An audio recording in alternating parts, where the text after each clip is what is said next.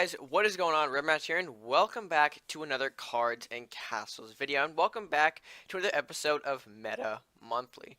Now, we haven't actually done Meta Monthly since November, December of 2017, and I took that month of January off because I felt like there was no real major change within the meta to discuss, to really bring up, and with that, impending TEG. Well, actually, it had just released. It released back on the 11th of January. I figured I'd give it the extra month to really see how a meta develops. And overall, the meta has actually been in various places throughout the end of January and the beginning of February. So there's a lot of, diversity and variety out there to explore. However, we are going to talk about probably the three or what I think are the three top decks going on the ladder right now, going over their strengths, their weaknesses, overall thoughts on them. And remember, these are just my opinions of what I think are some of the top tier decks around the moment. Of course, you may have a different opinion, and if you do, please sure to tell me in the comment section below. I do want to hear what you guys are thinking about the meta and how things are shaping up. And with there not being a solid meta at this point in time, surprisingly. There has been, of course, a lot of decks that are developing, as I've stated. So, with that being said, let's jump into deck number one and see what we have for the season of January 2018 and February 2018. And the first deck type we're going to start out with is actually probably the most powerful going around right now, and one that I think is, of course, probably the best deck type to play at the moment, and that's going to be red-yellow. And now I kind of classify it as red-yellow as this sort of broader term because there's a lot of different things that one can do with these colors. From Undead, of course, the 3K deck of February 2018 for me, to things like Arcanon Reclaim Shenanigans, to just good stuff in general because these colors are implementing a lot of just great things to be running in the competitive scene that have just proved to have so much value to them. Things like Knight of Flowers with that nice stat line, Arbiter's Return, the healing of, it's just incredible. Things like Drain Life, which I don't really see used too much, which is surprising because it's a great card. And things like the whole Flame Storm and Flame Shield, which again, crazy damage, crazy buff. So there's a lot of things incorporated into these colors. Their weaknesses, well, actually, let's take a look at their strength first. I don't know why I just said weaknesses, but let's look at some of their strengths. So, the colors right now are primarily going to be used in a controlling fashion. A lot of the red-yellows tend to be based more towards control decks because of their access to direct removal with the Warlocks, with things like Flame Storm, Dragon's Fire. So, definitely going to have some sort of control aspect. Where the deck goes, though, it could vary, like I said, between Undead and, Knight and things like that. So there are certainly a lot of just different aspects. Like, for example, here I'm looking at the Arcanon Reclaim deck. You have some pretty useful things in here. The Flamestorm Tarius combination for drawing, Blue Firebolt for, instant early removal. I mean, 4 damage at, that early in the game is going to guarantee to take out something. You've got the Drain Life, like I explained, pretty powerful spell. I'm surprised I'm not seeing more play. Keeper of the Doorway, if powered up and buffed, can be a pretty limitless amount of undead units to your hand to make sure you have a nice supply of units. White Knight with the lifesteal, and Craxus. There's just a lot of good things into these colors that people have been using and to an extent have been exploiting. And of course, this isn't even all of it. You can see on the screen right now, if you scroll over, you have things like Luminaris and Genevieve in these colors, which have been extremely powerful in the reemergence or, the slow, gradual reemergence of Knight decks. So that's certainly another option. I will say their weakness, though, is going to be more towards an early game. They can fall pretty decently to some early rush. There's an argument there with, Undead being in these colors saying, well, Undead can build up from the early turns and then bum rush you with things like White Knight, Keeper of the Doorway, all while providing buffs from things like Fat Barton Armory. And that's certainly true. That deck is still out there. But if you hit them hard and fast enough with maybe a blue-red aggression deck or the companion purple-white rush deck, you're probably going to catch them off guard and most likely be able to severely weaken them to the point where, a simple tick might finish it off. But again, this is probably the most powerful one because the deck doesn't always fall to it. Um, of course, they will fall in battles. They're not the untouchable god decks right now. They can certainly be defeated. It's just a matter of how fast you can do it, because you don't want things like Hands of the Saint or Arbiter's Return coming out. Usually, there's not a whole lot of Hands of the Saint running around. It has been used. I have seen it been used. So don't certainly count this out as an option to occur. But more likely, you'll be seeing Arbiter's Return as a big heal in the more competitive scenes rather than Hands of the Saint. But again, not to discredit Hands of the Saint, you'll probably see it maybe in a few of these decks. But it's just the variety that can go into it, like I've said before. There's just a ton of things you can do with these colors, which makes them so powerful. And pretty much like I said previously, their weaknesses being that what I say, just the rush in general, the early aggression. That's what's going to end up helping you out for the win here. So that's going to cover it for the red, yellow, good stuff. Of course, very powerful deck right now. If I had to rank them, this is probably one of the best right now in terms of color combinations. It's not, like I said, it's not an indestructible, god, untouchable deck. It can certainly be defeated, but you just have to do it fast, quickly, and effectively, or else you're going to start seeing them come back with not only the heals, but of course the bigger endgame units that can certainly cause trouble for your early aggression decks. So, with that being said, let's move on to deck number 2 and see what we're working with. Next up on our list, we do have trap decks. Now, trap decks have been certainly the biggest voice of concern for people ever since the Enchanted Grove came out. There's been there's sort of a lot of debate between the community on if they need to be looked at, if they need to be touched, and there are people who kind of see both sides in that argument. But let's just take a look at the deck and see where its strength lies, and that strength being Mystic Dojo. Now, before we get into the Mystic Dojo, the traps all around are decently made. They're not super overpowered. They're not super weak. Of course, you can make the argument that some of them are stronger than others, which is certainly the case when you're looking at a comparison for things like, would I run Aijutsu or Vermin Tunnels? Obviously, you'd go with Aijutsu on that case. It is a stronger card. But none of them, I think, are to the point where they're broken and need to be reevaluated. They all sort of have a fair, balanced look to them and use as well. However, of course, people aren't really concerned about the traps in a sense. It's how they can be easily cycled by the Mystic Dojo. Of course, when you look at the Mystic Dojo, your traps cost 2 less and draw you a card. So, essentially, this creates a nasty cycle deck. With the Mystic Dojo in place, traps get reduced to 1 gold each. I think nearly all of them sit at 3 gold, so they're all going to be costing 1 gold. And the fact that you could place one down and pick up another card is an extremely powerful cycle tool.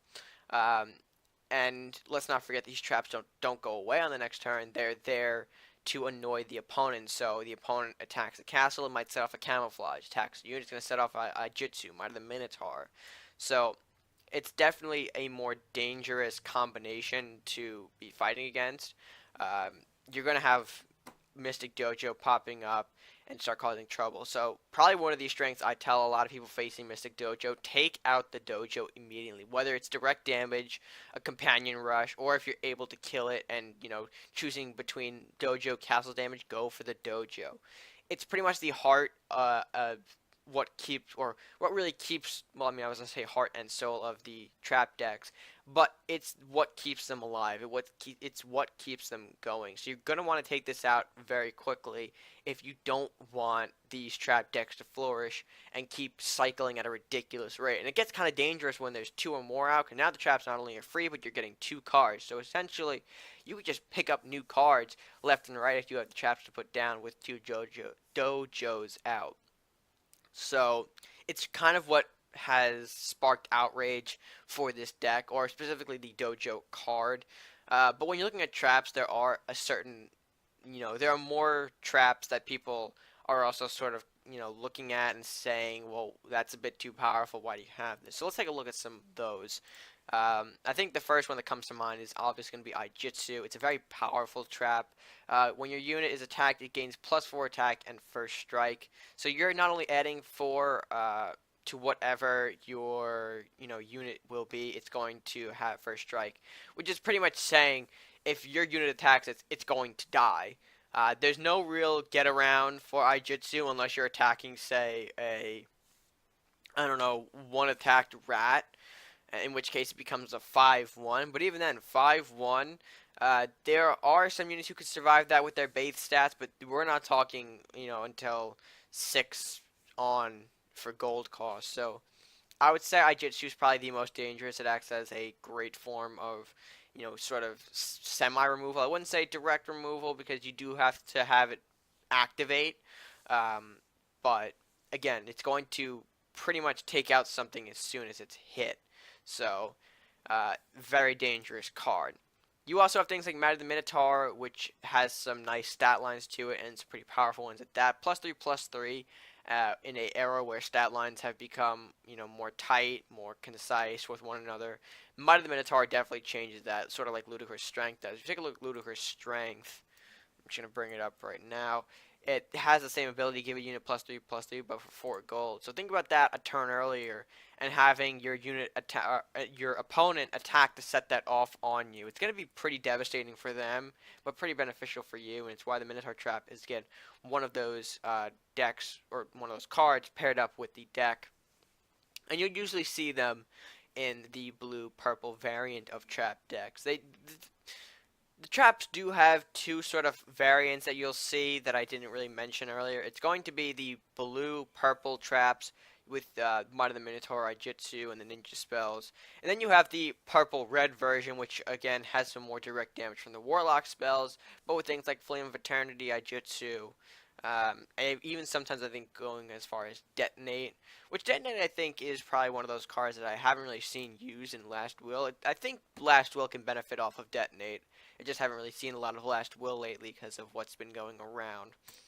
But probably one more to talk about, Verdict. If you guys saw my Arcanon Reclaim video, you'll know that there's a kind of broken interaction with the Verdict and Arbiter's Return that I don't think has been abused too much, but I've certainly seen it used. People have even told me that they've wanted to use the Arcanon Reclaim deck, and they've wanted to experiment with the Arbiter Verdict combination. So it's definitely a deadly combo for sure, and just instantly taking out a unit if you maybe sacrifice one, or one of your own units, can be pretty powerful. So not only say maybe I grotesque a rat, I not only destroyed, or not only draw 2 cards to my hand, drew 2 cards, but I've taken out a enemy random enemy unit, enemy random enemy, same thing. It's just a very powerful trap card. And with that being said, that's probably going to be a wrap up for the traps. I would talk about Trapdoor Ninja, but he's sort of been on and off with the trap decks. He's not heavily used. When you talk about trap decks, you're more likely to see the Magic Eater because he'll get the buff directly from placing the spell, whereas Trapdoor needs an activation to gain the buff. Plus, he's more expensive than Magic Eater. Magic Eater can start getting the buffs as soon as he comes out. Playing a maybe turn 3 Magic Eater followed up by 2 spells with a dojo buff, and you're instantly talking about a 4/4 ready to go. Same stats as Trapdoor Ninja, but pretty earlier in turn 4. So that's why I'm not really going to include Trapdoor Ninja within these trap decks. He's certainly a good card, and that evasive can help. But I just think he's been really on and off, not as consistent with trap decks as I think he should be, maybe to be included. But anyway, that's going to do it for trap decks. Again, pretty powerful deck, and probably one that sparked the most outrage. More than red, yellow, surprisingly. But anyway, a strong deck indeed. And with that being said, let's move on to one of the final decks we'll be looking at today. And for the final deck, it was certainly a choice, guys, but in the end, I have to go with the Undead archetype. Now, this not only includes the red, yellow, and Undead variant that I did talk about before, but it also includes the red-green variant, the Pirate Warlock. that has also shown prominence within the latest expansion. Now, with Undead, they certainly haven't diminished, even with the Mourdock nerf to his RNG pool. The pool which we did mention in a previous video that includes Wraith, Banshee, and Horseman. But the addition of so many new things to the Undead faction, and with sort of the revamp in life to the game, in a sense, from the Enchanted Grove, they're seeing more usage since their time of how is it? There was a deck back in the day that, of course, utilized Undead, and it was the green-red variant. I can't remember the name of it right now. It might have been just standard Undead with how good it is, or how good it was. But the name escapes me right now. But anyway, let's go into why Undead are so strong. So I did mention that Mourdock's pool has been nerfed, but overall, he's still a very strong card. Wraith, Banshee, and Horseman are still some very good pulls from it. They were considered more of the mid-card pulls, if you kind of think about it. If you took Mourdock previously, he had a summon of those three, plus himself, Rakanoth, and Pyro. So basically, you've terminated the really high rolls and the really low roll, and sort of just left it in a mid card ish roll. Which none of these options, like I said, are bad. Banshee with the spell, Wraith the big beefy stat line of 2/8, and the Horseman's initiative damage of 3 when he comes out. Overall, just a very strong pool. Not to mention, two of the Undeads, White Knight and Vampire, have gotten these new lifesteal abilities as well. Well, not really new. Well, Mourdock had it previously, but they're incorporating lifesteal into themselves as well, making them a very powerful unit to mess with. Excuse me, there I had a little something to take care of. But not only that, you also have the sort of new zombie. The zombie now has gone back up to its 2/2 stat line. While it is still slow, 2/2 is still nothing to laugh at. It is still, of course, slow, but it makes up for it with that attack power. It can pretty much trade with a lot of things early on, and depending on how late your game goes and how many buffs you get, you're going to have a lot of these guys running around, practically maybe at 4/4, 3/3, even maybe 5/5, depending on what your board looks like. So, several of these guys walking around at 5/5 means they're going to be trading with a lot of stuff and pretty much can get you a win if the opponent can't really mass clear all of those zombies. And with the Necromancer now a card, now an option in the game, of course, her coming at a weird time, with her, her and Cockatrice coming at like a weird time before the Enchanted Grove expansion. Her Undead buff wasn't really looked at all too well previously because Undead wasn't being highly used. But now that it is, of course, a better used faction, you're seeing Necromancer more and more paired with the Undead. Not only for that stat buff, of course, that they need, but the fleeing terror aspect helps. Well, it can help both ways. It can go towards the opponent if they want to keep their units back, but ultimately you're going to be the one pushing with the zombies. And if their units are forced to move back, they're going to be forced to make these same moves over and over again, which can get you some more zombies and ultimately lead to a quicker victory. So, of course, a lot of stuff going on in Undead. Not to mention their pirate ramps that they have at their disposal with things like mugging, with things like con artist. What else do you have? I think I'm trying to find. You do have onslaught. I don't think onslaught's the best option for that. Well, you have a draw. I was looking for treasure. Well, you have troll gunner. Robins you have. I almost said bobbins. You have dread pirate robins, mercenary execution. So all direct damage or treasure regardless, and that treasure can get you places with some undead ramp. And of course, like I mentioned, the Warlock direct spells, you have things like disintegrate, you have the flame shield buff, flame storm. You have to be careful with flame storm though. It is a mass removal of your own guys, so I would again caution using flame storm, but if you guys are buffed enough, you could maybe try 2 copies. The offering draw, that's another great thing the Warlocks have for Undead. And if you're sacrificing these guys, why not maybe throw a detonate in there? There's a lot of options with these guys, and not to mention the other yellow variant, the yellow-red, I should say, variant that, of course, exists, the one that did get me to 3K for the season of February 2018, you would see right there. Of course, that being the Undead, very strong deck right now that still hasn't really received a lot of attention, but is still a very powerful one indeed. So with that being said, that is going to be the Undead, and why I think it's probably one of the more meta monthly deserving decks to feature on this video. Unlike some of the other ones, we have seen a bunch of others. You know, War Party, we've seen Red White Rush, we've seen Monsters even come up. So yeah, I think out of all the other ones that exist, and there have been great ones, I think Undead is going to top off as our final deck of Meta Monthly for January and February 2018. With that being said, guys, that is going to end today's video. If you guys did enjoy, please make sure to leave a like, share with your friends, and comment down below if you agree with my opinions on these decks, if you have opinions of your own. If you think a different deck should have been featured in today's video, be sure to tell me in the comments section below. Of course, there are a lot of decks that I didn't go over here.